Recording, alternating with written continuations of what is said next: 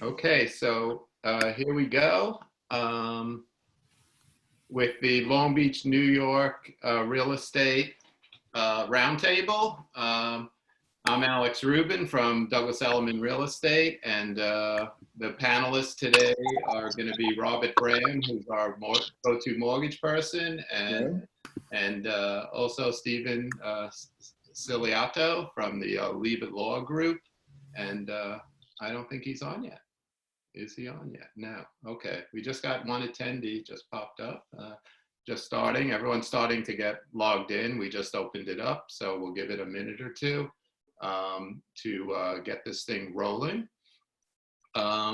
Just to get started, obviously everyone's stuck at home, and we're trying to come up with ideas of how we could continue business and keep all of our clients and customers safe.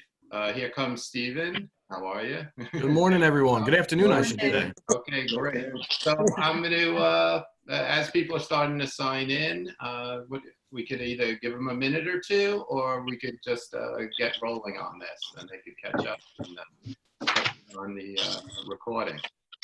Anyway, so as far as, I'll give a little quick Long Beach, New York market update. And then we'll turn it over to Amr. So let me go last month as far as co-op condos and townhouses. There for the month of March, they were basically down to only 57 listings in the co-op condo and townhouse market, which is unbelievably low. And as far as that, there were 215 sales, and that basically means that there's only a 3.2 month supply, which is very much a seller's market. The highest price sale in Long Beach there were totally 17 sales. The highest price was in the 170 West Broadway, which is the Renaissance, for $915, a 2-bedroom, 2-bath. The lowest sale was a small studio apartment for $160,000. As far as residential, there's 116 available. There were 221 sales in the past 6 months, and that leaves us a 6.5 month supply, which 8 is basically a even market. So that also is still a seller's market. So inventory continues and has been very tight for a while. Amma, you want to take over on some more statistics? Yes. So one of the things that we look at every month is to see how many units sold compared to the same month last year. Normally, with everything going on, we would think that the month of March would not be good at all, but it's actually the opposite of that. For residential listings that sold in Long Beach, this year there were 16. Last year, and in the month of March, there was 20. Condos this year, there's 8. Last year, there was 9. And co-ops this year, there was 9. Last year, there were 7. So as you can see, as far as properties that closed in the month of March, it's actually still doing very well. Now, the other number that we look at, which is the more important number, is how many new deals went into contract. So how many people accepted an offer and the contract was signed by the buyer and seller in the month of March. And again, the numbers are still very high considering everything that's going on today. As far as residentials that went into contract, there's 25 this year, 25 units. Last year in the month of March, there were 29. Condos that went into contract in March, this month was 7. Last year in March, there was 10. And co-ops this year, there was 15. And last year, there were 14 units. So as you can see, which surprised me as well, is people are still purchasing, people are still closing, and there's deals still going into contract. All right, Alex, you want to take it from here? Okay, great. No, great job. Thanks, Amr. I think we'll get to Stephen first. Stephen, if you could just give us, Stephen's an attorney at Lieb Law. He does a lot of transactions for us, and he's the go-to guy for anything real estate related, from the legal side of it after we put our buyers and sellers together. So if you could just sort of say what's going on and how our closing's going, just a little overview for a few Yeah, minutes. of course. Thank you. Before I dive into that, I saw the guidance last night that says, you guys are able to go back out there to do your showings, inspections, appraisals. So I'll definitely keep you guys all in my thoughts and prayers, and be safe. I know it's an interesting time. I'm hearing mixed reviews. People are going to go out. People aren't going to go out. But if you guys make the plunge, just be careful, and I'll keep you guys in my thoughts. We got deemed essential by the state, our firm. So we've been fully operational. I made that application to the state, and the state gave me back. So what we've been trying to do for our safety, our family safety, our client safety, your safety, we've been trying to do as many remote closings as possible, which basically is, documents are signed in advance, sent to the title company, held in escrow, wires are sent, held in escrow, basically everything we can do to get the closing done without actually having to be in person. Sometimes logistically that doesn't work, and we need to do in-person closings. So we've been doing those with, limited parties, no family members, no brokers. Sorry, guys. Just basically people who need to sign the documents, and that's it. Trying to set up protocols if offices have multiple conference rooms, keep the seller in one, buyer in the other, or even a lot of pre-signed documents, and just stepping into the closing, dropping documents, picking up checks, and walking out. So everyone is a little fluid. Things are changing. We're still rocking and rolling. I'm still seeing plenty of people doing the closings. I don't see a slowdown in that. Deals are still going into contract. Deals are still moving. A lot of things are done electronically with contract signings and wires for down payments. So we can really limit any interaction till the very last minute to keep everyone safe. But the deals are moving, deals are closing, and everyone's working together during these crazy times. Sounds good. Okay, great.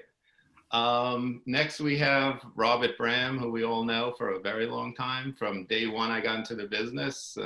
We've been doing business and never looked back. Thank you, Alex. It's a pleasure. I've been working with all of you people for over the years. It's been great. Stephen, nice to meet you. So yeah, just to tag on what Stephen's saying, there's been a lot of regulations that are changing by the minute in our industry. Just the other day, Fannie Mae and Freddie Mac finally came out with some actual guidance on things that we are allowed to do. One of the things they were accepting now are drive-by appraisals. So we're trying to do that more often than not, although that some people want an interior inspection for certain upgrades to the house that might give it more value. Then, as long as all parties are okay with that, our appraisers are going in there with masks and gloves, and we're trying to keep any actual visit to the house. We're trying to do it under 5 minutes. But for the most part now, we're starting to move more towards the exterior only appraisal reports. Same thing as Steve was mentioning with closings, remote closings. We're still trying to work out how we're going to get a mortgage and a note signed that they electronically. That's still questionable, but in my office where we still have some closings, we do have trying to get the sellers to pre-sign their documents, getting them totally out of the picture, so it's two less people in the room, and then we have the buyers in one room and maybe the bank attorney in the other room, the title agent in another room, trying to also do things in escrow with the title company. With everything that's going on with the county clerk's office, it's harder and harder to get contins. If you need municipalities, we're trying to waive those every chance we can get to avoid that, because so many houses are missing permits for a deck or for something very minor like a fireplace, but it's missing, and if you need the municipalities, that could be really holding you up. So then if we need it, then we're going to escrowing for these items to get done, at a later date, so that we can keep the closing going, keep people from having to blow through rate locks, and keeping everybody's contract on with the dates that they have signed for. Rob, not to cut you off, but you made mention of something that I wanted to jump in on. I know there was some remote notarization procedures put in place by the governor, But I know that Fidelity, which is a major title underwriter, will not allow closings like that. Correct. A couple of the other title companies haven't issued guidance on that yet, but you brought up a good point about getting an original note and mortgage. And I've spoken with Fidelity, and they're flat out saying we're not going to insure unless it's a traditional closing with wet signatures, no remote notarization, so on and so forth. So like you, I'm facing that same challenge and trying to get deals done logistically and, how we're going to get them closed. I'm going through that right now on one of my deals, and they're in the middle of getting documents signed. So what they're doing is they're bringing the buyer stuff to get notarized first before the closing, and then they're attending the closing, and everything will just be virtual. Yeah, I think this is a time we really should push everyone to use powers, sign documents. I know everyone likes to be at the closing. It's an exciting time, and you don't want to rob that from people, but now's the time to definitely push for POAs, get the bank to approve it. They typically do as long as they see everything in advance, and, keep these deals moving for everyone and stay safe. That's paramount right now. Stephen, I think there are a lot of buyers and sellers that aren't even aware that they can close by power of attorney. Maybe you could explain a little bit what that's about. Yeah, of course. So, here in New York, along with other states, obviously, you can get a power of attorney over someone. When we do powers for real estate deals, whether it's the buyer or the seller, we specifically limit them to the transaction only. Because some people are a little concerned, especially if it's say a referral from Lori or Alex, who, we don't know each other very intimately, meaning me and the client. They feel a little bit more relieved when I tell them that the power is solely limited to the transaction and I can't do anything else with it.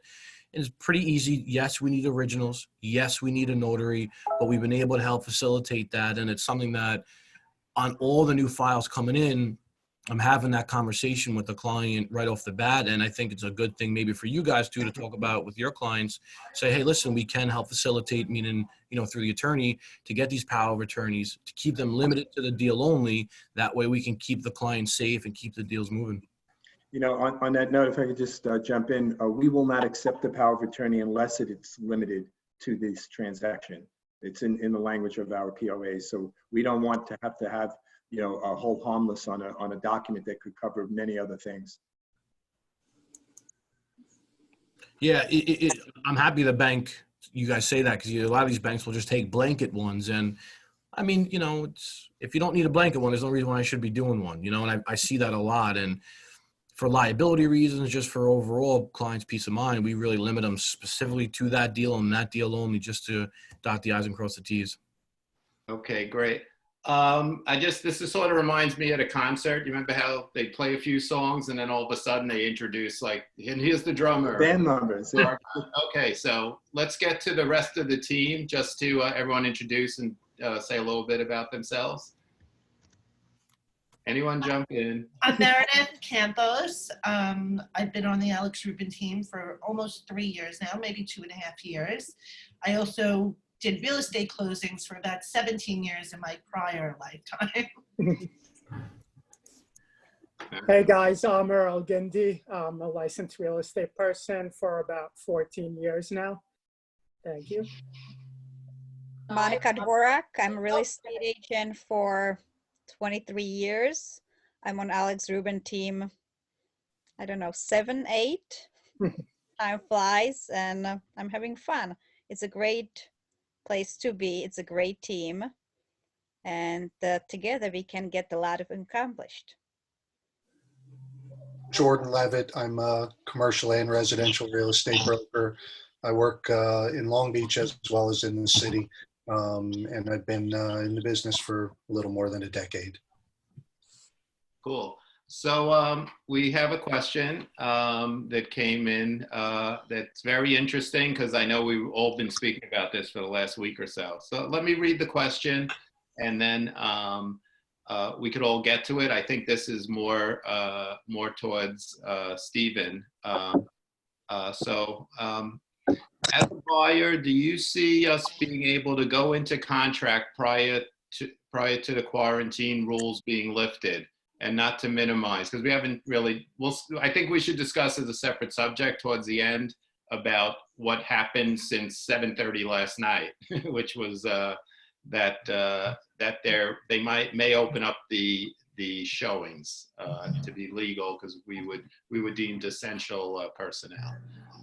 But we all have thoughts on that, and I think everyone should share about that.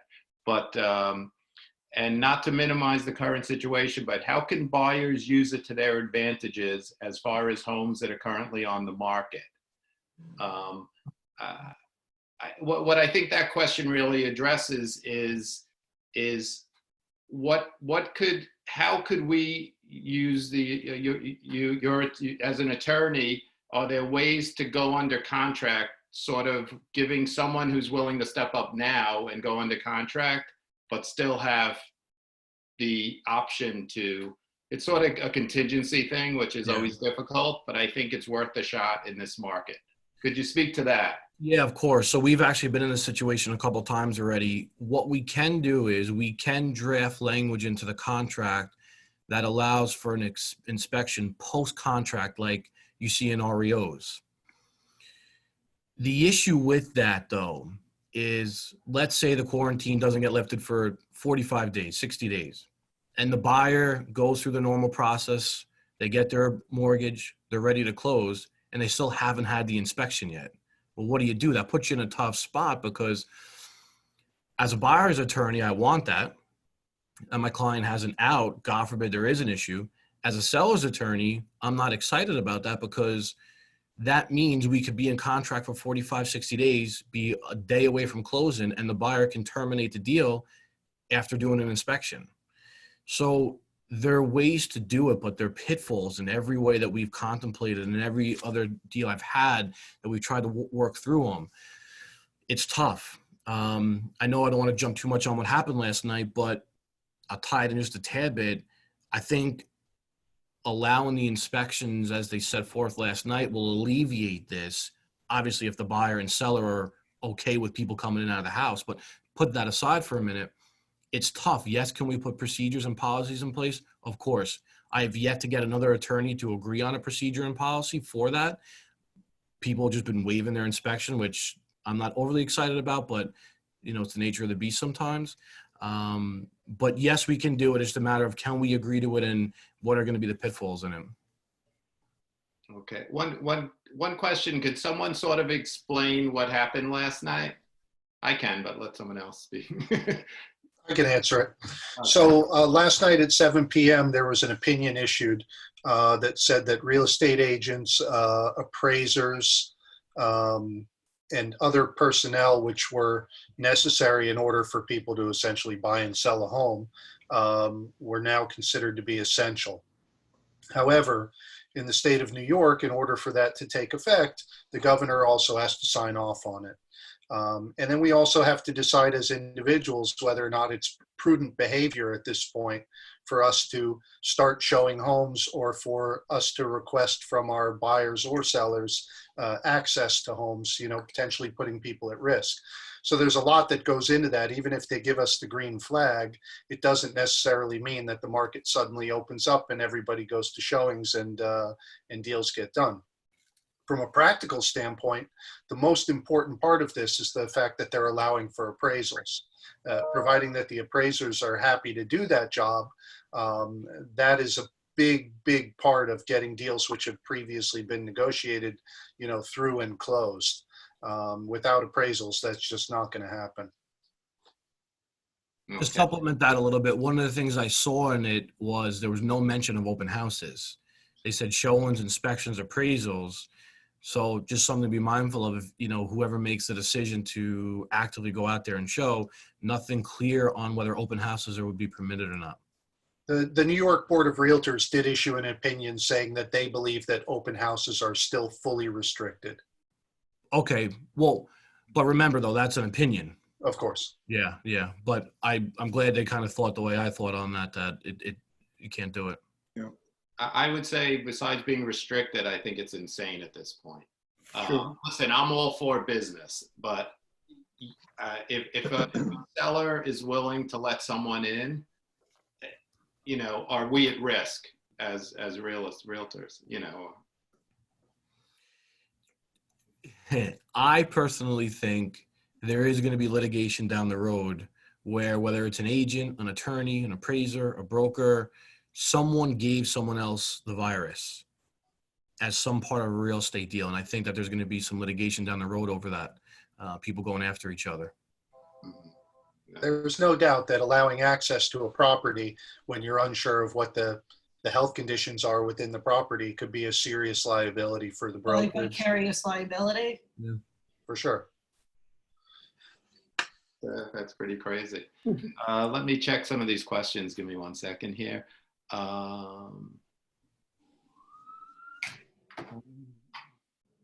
Robin, could you speak to, as far as the mortgage payment relief that the governor had mentioned, how that's going to work for someone who already has a mortgage and is thinking of, do I pay, do I not pay, or what are the implications?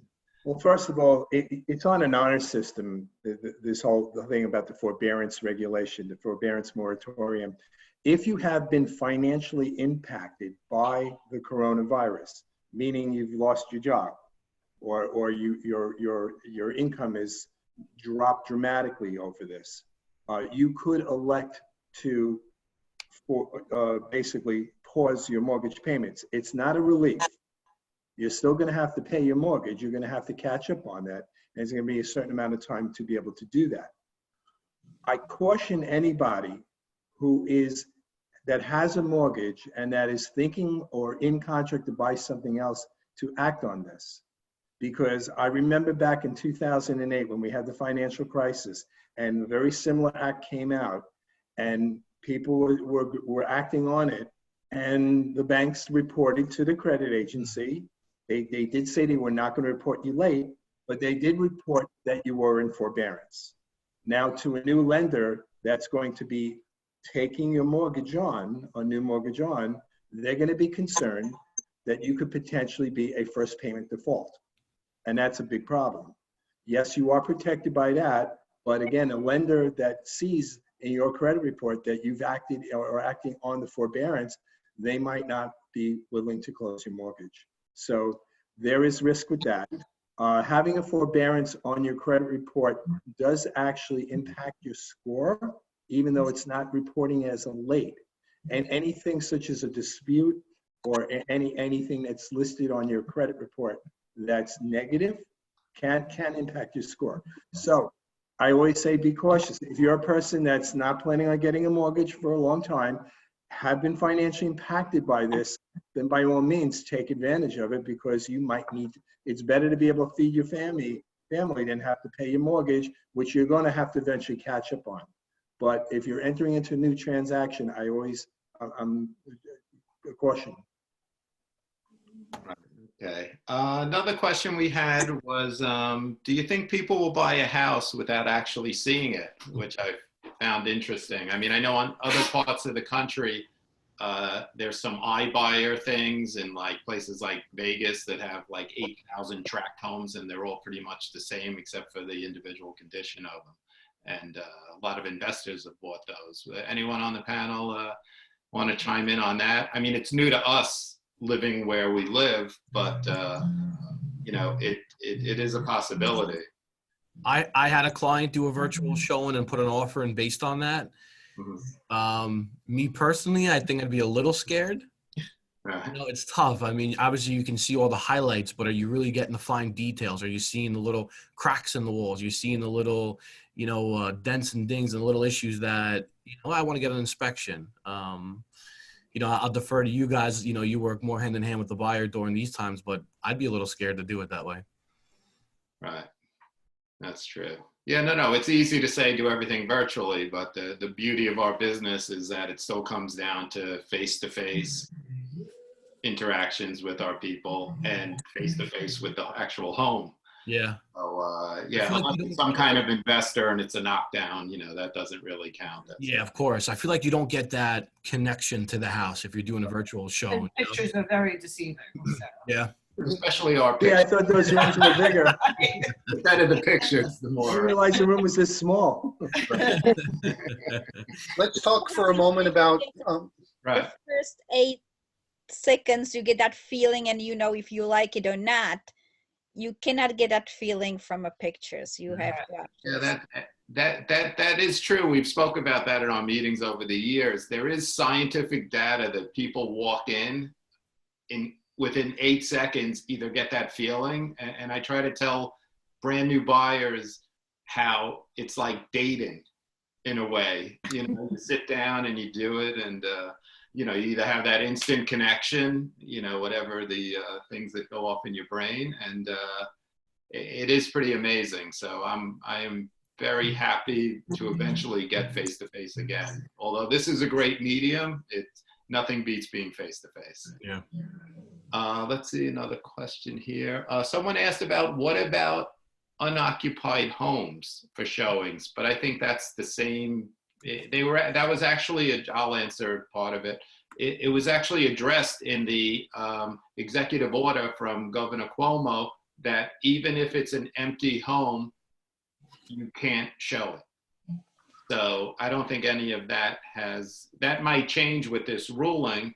I don't know if I personally am ready to jump in and go look at houses myself. Well, keep in mind that an empty home container for the virus. The fact that it's empty doesn't mean that somebody else didn't just show it 10 minutes earlier.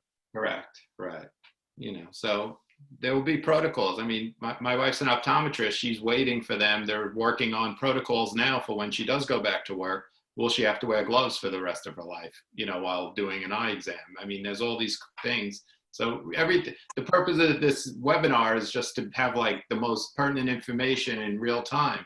And this is what's going on.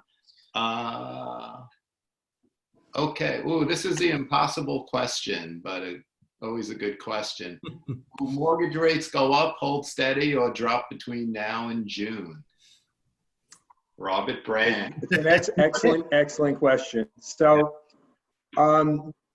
there's a very big difference when people think that rates drop down to 0% or 1% when the Federal Reserve dropped the prime rate. The prime rate is the rate of interest that you pay on home equity lines of credit. It's the interest that's paid on your CDs and your savings accounts. It's not your mortgage rates. Mortgage rates are tied to the 10-year Treasury bond. So it's a direct derivative of the Treasury bond. So I can't begin to tell you how many people are calling me thinking that they're going to get 1% or 0% interest rates on their mortgage. It's just not existent. Now, unfortunately, the negative thing that's happened in the mortgage industry currently is the fear factor. And what I mean by the fear factor is that investors and warehouse lenders are concerned about all of these states that are now taking on this forbearance, and also about the employment concerns. So what that has done is it actually has driven rates up. So interest rates are somewhat inflated out of a fear factor, out of protection reasons. Now this will all settle down. We'll be back into some very, very good numbers, and probably even better numbers than we've been.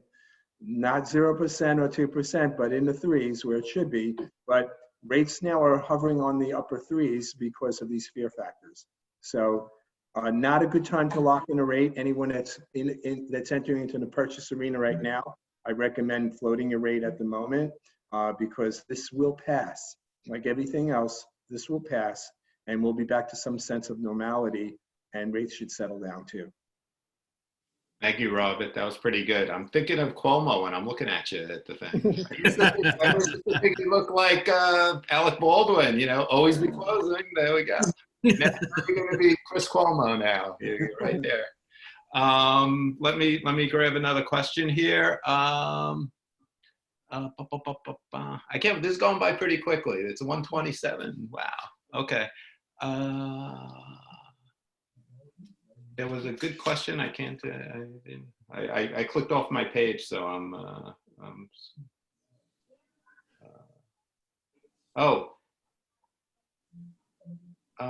Should I list my house now? Is the question that we got 2 or 3 people actually asked that. Should I list my house now? Let's go, real estate agents. What are your thoughts? I think it depends on the person and how comfortable you feel. But my feeling is there's a lot of people sitting at home now and they have a lot of time on their hands. We've seen the views on properties go up a lot because everybody's just viewing properties and making a list for when they can go out to see homes. Hopefully these properties will get a lot of activity. So what I think is, instead of waiting till after the ban, get a head start on it, put your property on the market, get the views, so that way once the ban is lifted, hopefully you'll get an influx of showings. And, you know, we are still getting calls, believe it or not, about people asking properties. Some people still even want to see properties that don't realize that we can't show it, you know, but as you know, we can't show it, but we can at least take calls and inform people, answer any questions they have. And what we're even doing is making a list of everybody that's called. That way we can reach out to them once everything settles down.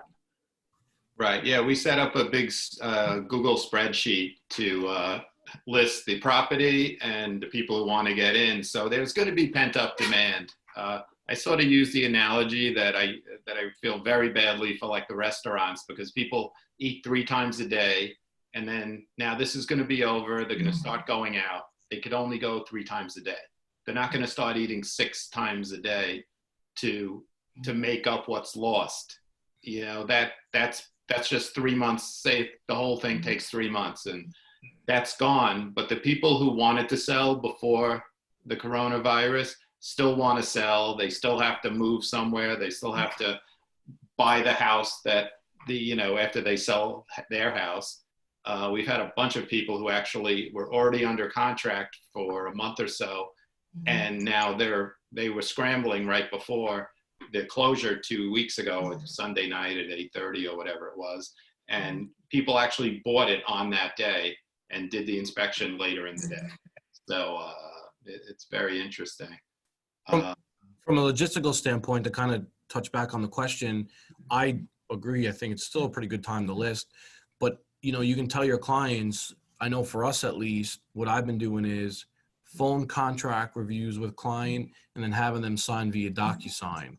So it helps cut down interactions. And, you know, I'm sure they're going to ask you guys, well, what about signing the contract? What about inspections? What about this? And we have the capabilities to cut down all those touch points for them. And maybe that'll give them a little bit more relief if they're, you know, leaning one way or the other. Yeah.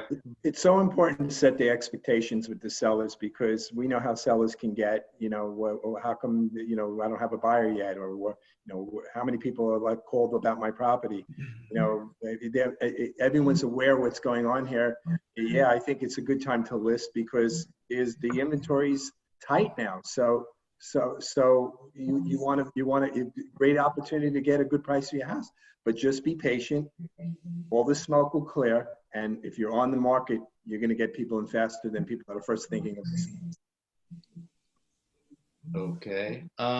We have a question too. So in general, should a buyer hold off or try to strike now due to all the volatility in the market, especially with mortgage rates? I guess, Jordan, you want to do that, or?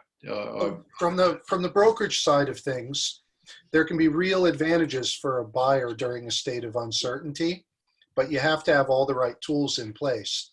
If you're relying on a mortgage, and you know, you really want to make sure that you're going to be able to get that mortgage, and that you have enough cash down and you have enough cash reserves, and that you could handle any delay period.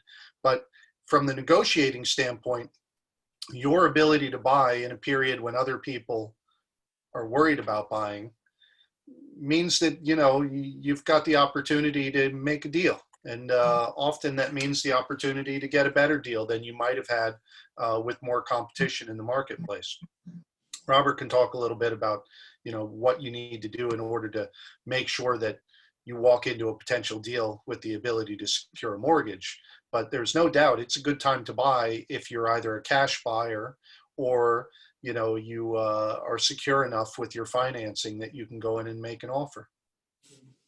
Yeah, and on that note, I mean, yes, if you're gainfully employed now, you are qualified to get a mortgage. You can get formally pre-approved with not a pre-qualification, but an actual formal pre-approval where all your documents have been reviewed, not just that what you told the loan officer what you make, or what you have in the bank, but they've actually verified the documents. That's a true, in our opinion, what we call our conditional commitment. That means that everything's been reviewed by an underwriter and you're qualified. With that said, every person that's already approved, they're going to re-verify that they are still gainfully employed. For those of you that have lost your jobs, my heart and all our hearts go out to you at this time, because it's a very difficult time and a lot of pressure. But again, this will pass and people will be back to work, and our economy, I believe, will be stronger than it's ever been. So if you are a buyer that's gainfully employed that can get a formal pre-approval now, it's going to be worth its weight in gold, because as much concern and fear there is in the market, they're going to have that fear of the buyers as well, that they can actually get to the finish line. Okay, great. All right. So I guess we're about ready to wrap this up, unless someone else has something to say or something in summation. I just want to say that we're going to be, I'm sure you're going to discuss that, but we're going to be doing this every week, and you can always email us your questions ahead of time if there's anything you want specifically covered, or always give us a call and, discuss these issues with us. Okay, great. I actually have a quick question for the team. And obviously would defer to any Douglas Elliman corporate policy that comes out, but what is all of your take, and the other agents and brokers you're speaking to? Are people going to go back out there and start doing showings and inspections? Are they going to kind of remain home? What's the and I know the news just came out last night, but what's the general trend as of 1:35 today? I know Alex's thoughts. Look, I think Howard Lorber, who's the CEO of Douglas Elliman, put out an email this morning. He's very sensitive to the situation, and I don't think he takes the health and safety risks any less seriously than anybody does. I think it's very unlikely that he's going to give the green light for people to put themselves or others at risk. That being said, there will always be agents who are just going to do it. If they're allowed to do it.